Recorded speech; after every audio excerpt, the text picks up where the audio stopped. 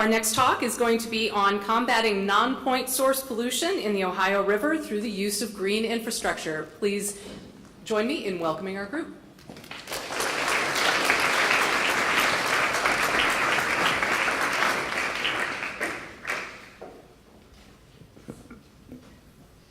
All right, I'm Madeline.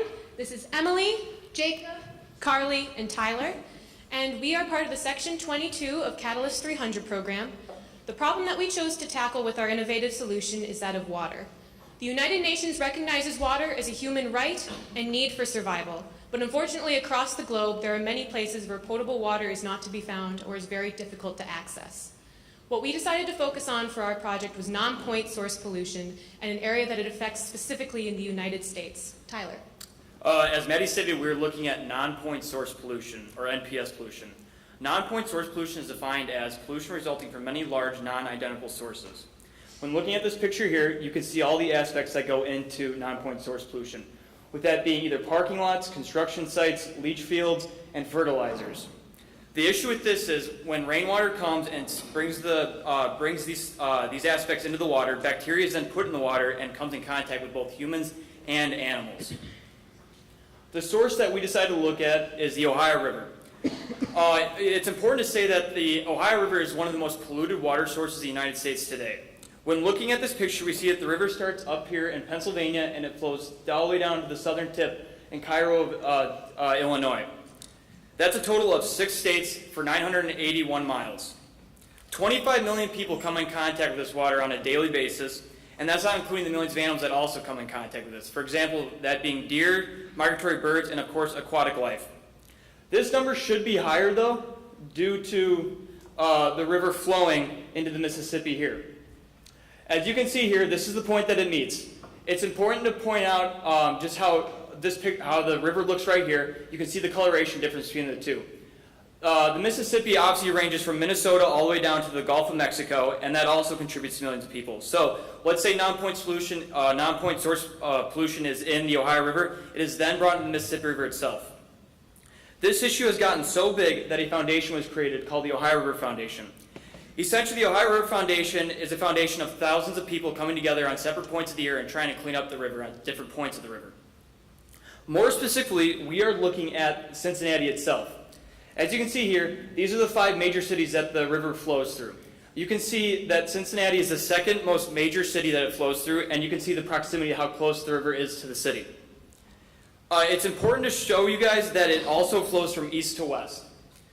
And as stated earlier, some things that contribute to non-point source pollution include construction sites, vehicle and parking lot runoff, and pesticides runoff. Some health issues that go along with these runoffs include birth defects, blue baby syndrome, cancers, and mercury damage to wildlife. One previous solution that we came across was the Clean Water Act. The Clean Water Act was introduced in 1972 and was passed by President Nixon. $650 million was put into this act, and it covers the whole country. The Clean Water Act, it established the basic structure for regulating pollutants into the pollutant discharges into the water of the United States. The EPA, or the Environmental Protective Agency, is in charge of controlling this act, and this is their logo right here. And they have the authority to implement pollution standards for both industry and people. Carly will now talk about the second approach to combat against NPS pollution. Our second solution was looking at green infrastructure. Green infrastructure is defined as an approach to water management that protects, restores, and/or mimics the natural water cycle. Green infrastructure is implemented all over the world, including London, the United States, and even in Wisconsin. Now moving on to some types of green infrastructure. First up, we have swales.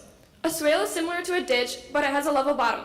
However, instead of removing water like a ditch would, it fills up like a bathtub and holds that water, allowing it to absorb into the landscape.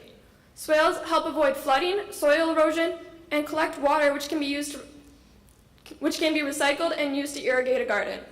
The cost of a swale can range from the cost of a shovel and doing it yourself, like this one, or a higher level one, which can cost anywhere between $450 and $850 per linear foot. Next, we have rain gardens. A rain garden is a garden of native shrubs, perennials, and flowers that are planted in a small depression. A rain garden is designed to temporarily hold and soak in rainwater runoff. As you can see in this picture, it's holding more water. Compared to a normal lawn, rain gardens soak up to 30% more water. Installing a rain garden on a commercial, industrial, or institutional site can cost anywhere between $10 to $40 per square foot. Next, we have green roofs. A green roof is an extension of an existing roof which involves high-quality waterproofing, root repellent system, drainage system, lightweight growing medium, and plants.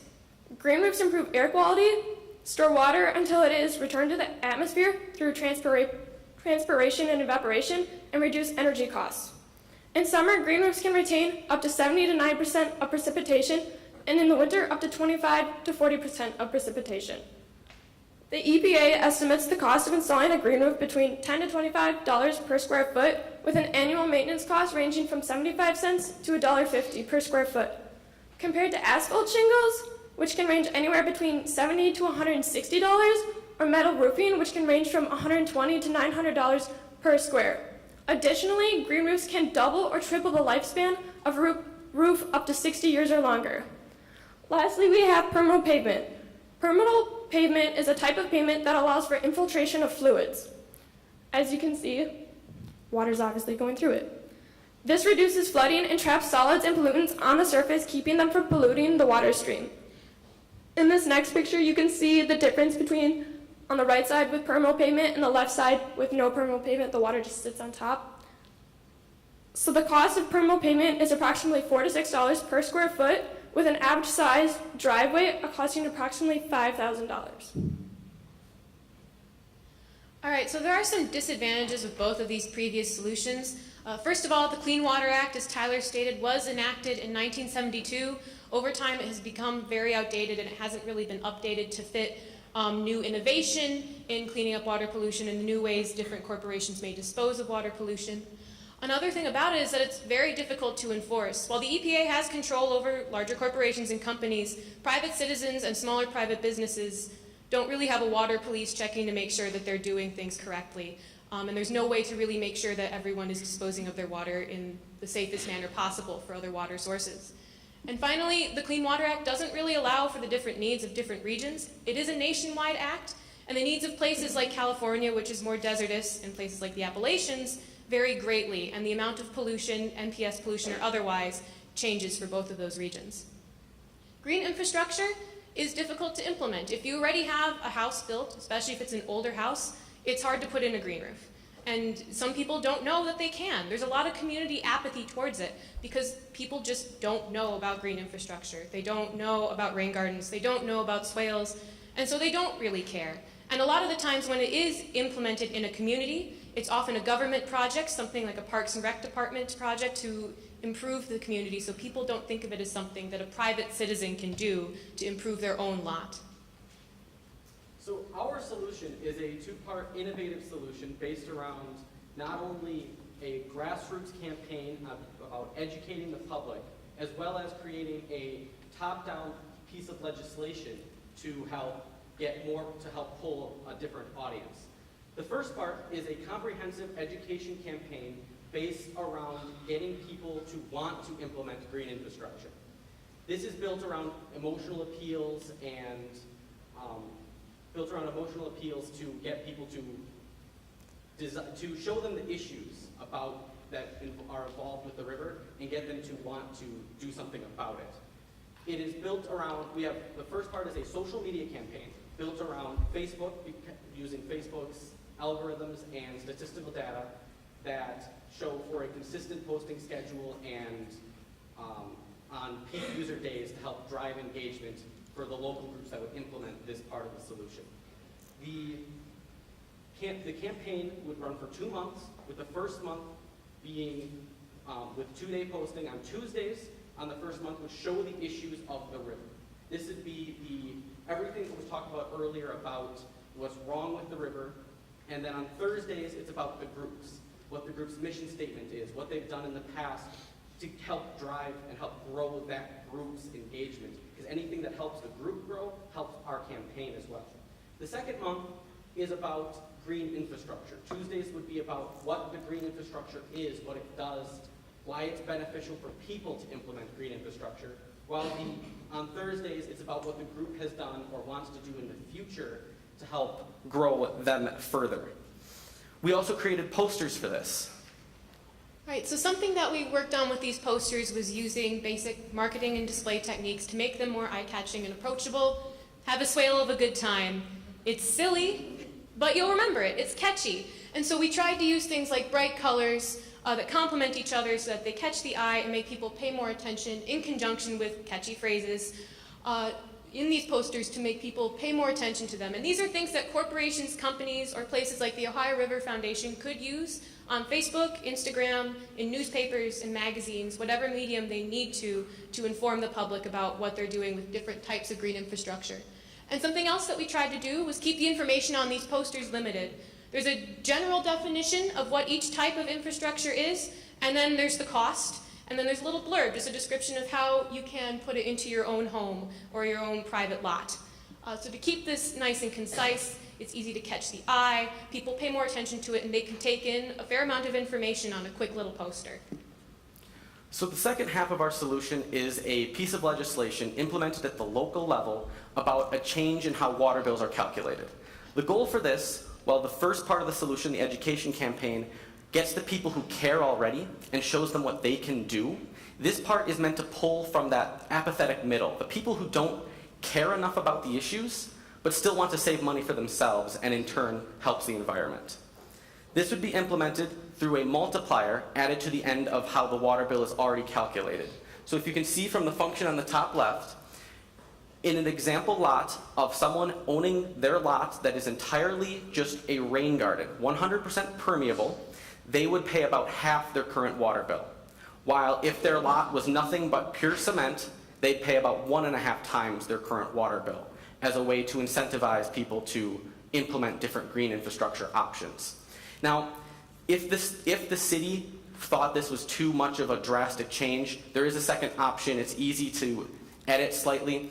Changing the denominator from 100 to 200 shrinks the impact in a way so that instead of only being half, it's 0.75, while on the 1.5 it becomes 1.25, which will lower the impact while still making an effect. This would be implemented through GPS programs which already exist that would take a picture of the lot from satellite and then determine the percentage that is permeable within the lot itself to determine the function. The biggest disadvantage to this plan is the fact that it's two separate parts. That without this water bill, there's nothing except an education campaign. It's just information being put out there. But that still helps. Any little bit that people do still helps the environment and still helps the river and the people that live there. There's also the problem of cost. Theoretically, were every single lot 100% permeable, the city would lose half its income from the water department. But this would be mitigated because the water filtration systems would have less strain on them in the area, as well as tourism it would increase. Not only because the river's cleaner, but also because the fact that the city brought this up as an issue and implemented this to show it was an issue brings it more into the people's eye.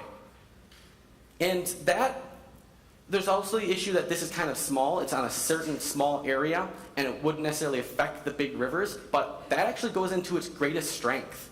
The fact that this is a small, single city area compared to the entire United States, but it means it can grow. For example, local groups in Pittsburgh pick up this education campaign, and then as more people learn about it, they learn about what Cincinnati did to their water bill.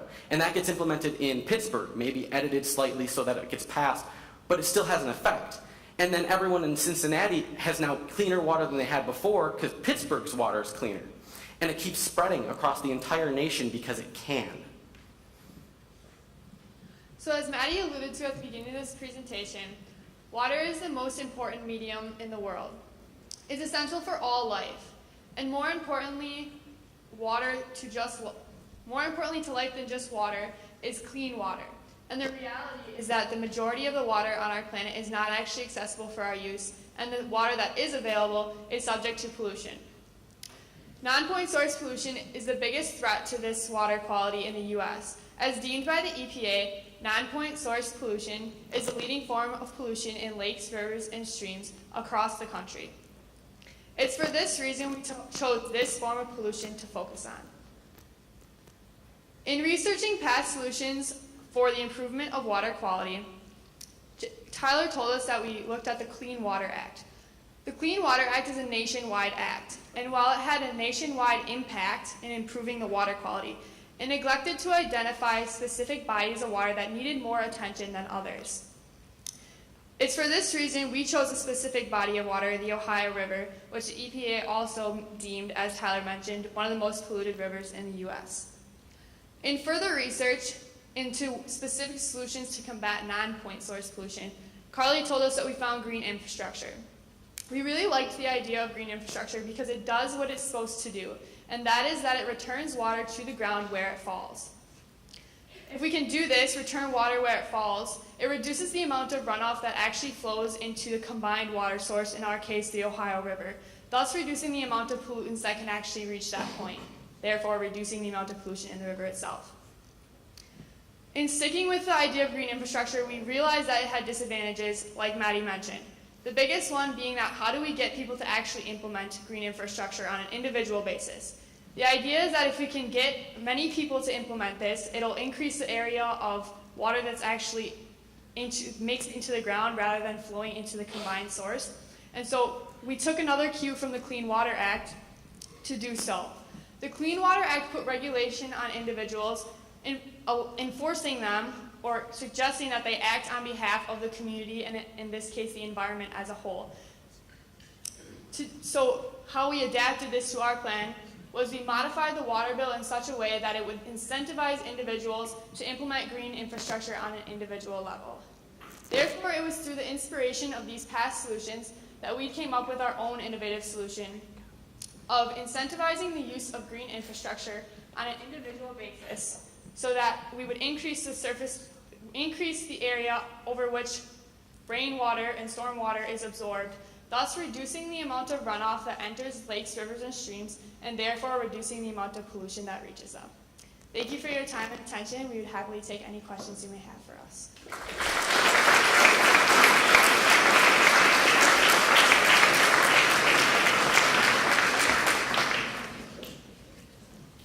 All right, we have a microphone available for any questions, and one back there. Great presentation.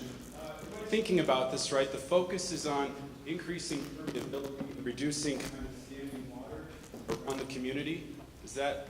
Yeah, to an extent. So more so we want ways to pool rainwater or stormwater runoff, and green infrastructure does that to an extent. That's kind of its focus, so that it will enter the ground where it falls rather than all running off and combining in the water, because the more surface that water runoff covers, the more pollutants it can pick up. If we reduce standing water, is there also another advantage in reducing maybe the reproductive cycle of mosquitoes during, I mean, there's a lot of pesticides that go around controlling mosquito populations, and if you reduce the amount of standing water by making pavements and gardens less likely to secure standing water. I don't know, did you come across anything? We actually did not, but that's a really interesting thing to look into for sure.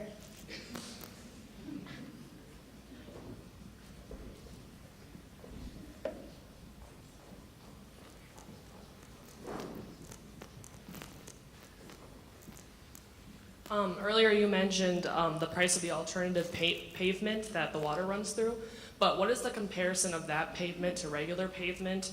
And additionally, can that pavement also hold as much weight as regular pavement can and last as long as that? So in our research of permeable pavement, we found that the lifetime of permeable pavement is much shorter than the lifetime of like regular non-permeable pavement.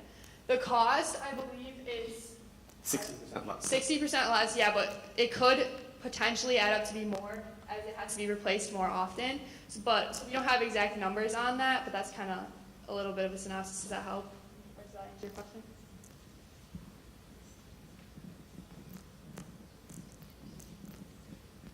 Actually, with that note too, sorry, as I was standing here thinking about that, We also, with the non-permeable pavement, the thought that we had for that was focusing on more like sidewalk areas and areas that experience less heavy traffic. So like, actually we were kind of thinking about where might be good places to put things like this around campus. And I don't know if you remember when we had all that snow melt, but all the, like right outside here actually, we thought that maybe some like, just like even sections of permeable pavement along this area might be good, because then water, instead of like having to run in that direction, could start seeping there and seeping there, so that when we get down over here, there's not a huge pool of water. And you could even implement it like up on top of the hill on upper campus there, so that instead of like the water running down the hill, we might have more opportunities for it to sink in. Granted, there's not a lot of pavement up there, but that was just a thought we had with that. So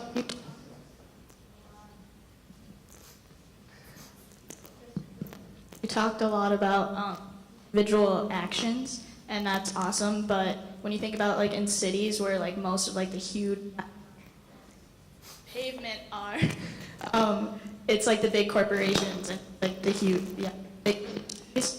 So how would you impact it on a bigger level, not just individual level?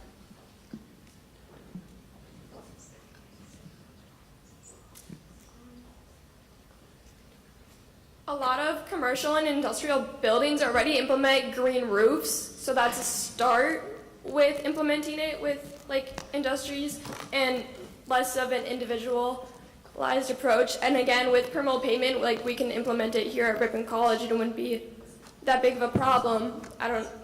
We had talked about several different companies. There are a lot of places like Procter & Gamble that have their headquarters in Cincinnati. So we had talked about different companies, like them using them in like their corporate parks, things like rain gardens and green roofs, things like that around the city, not necessarily right downtown, because as you said, skyscrapers are a bit cumbersome with that kind of thing. But there are several things besides Procter & Gamble, I can't remember off the top of my head, that are based in the city that could implement these things, and other places that have done green initiatives before. And while the bill, we focused it about the individual, because the plan is the individual aspect, everybody would still have the same effect on their water bill. So businesses, while it would impact them less because they have more income, they'd be able to make more, that they make more than a family that's going back and doing that. So we didn't focus on that as much because they'd have less incentive to do so, but it would still affect them, and if they wanted to do that, there would still be an incentive for them to implement these green infrastructures. And oftentimes smaller privately owned like family businesses as well won't be right downtown, which is nice, and if they have their own space they can implement that a bit more easily and save more money.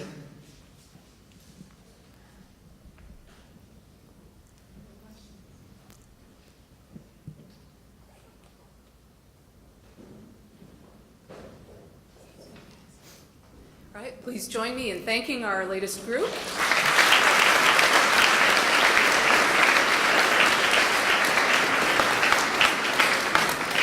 Again, thank you all for participating in Catalyst Day. Our next talk will begin at 11:30.